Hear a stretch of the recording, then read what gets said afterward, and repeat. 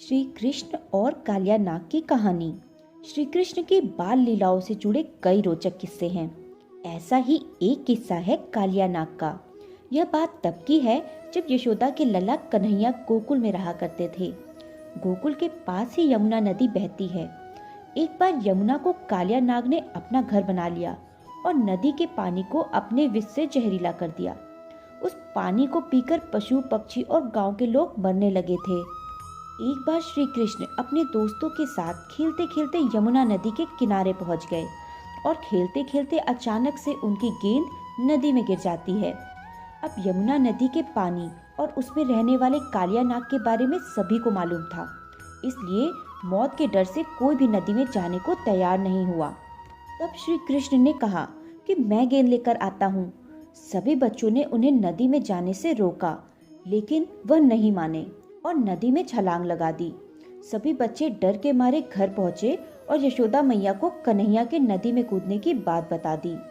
यह सुनते ही यशोदा मैया डर गई और फूट फूट कर रोने लगी।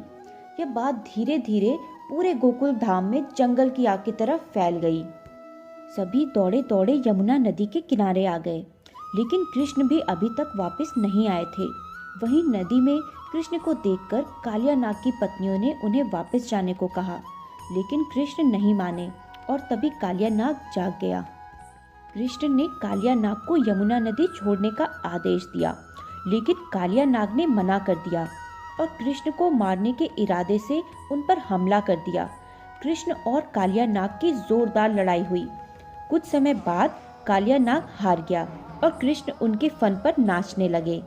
कालिया नाग थकने के बाद कृष्ण से अपने प्राण बचाने के लिए प्रार्थना करने लगा। तब कृष्ण ने उसे अपने स्थान पर वापस जाने को कहा। कालिया ने कहा कि वहां पर गरुड़ मुझे मार डालेगा, मैं वहां कैसे जाऊं? इस पर कृष्ण ने कहा कि मेरे चरणों के निशान तुम्हारे फन पर हैं, उसे देखकर गरुड़ तुमको नहीं मारेगा। इसके बाद कालिया नाग श्री कृष्ण को अपने फन पर उठाकर यमुना नदी से बाहर आ गया और इसके बाद अपनी पत्नियों के साथ अपने स्थान पर वापस चला गया। कृष्ण को सही सलामत वापस पाकर सभी बहुत खुश हुए और गोकुल में उत्सव मनाया गया।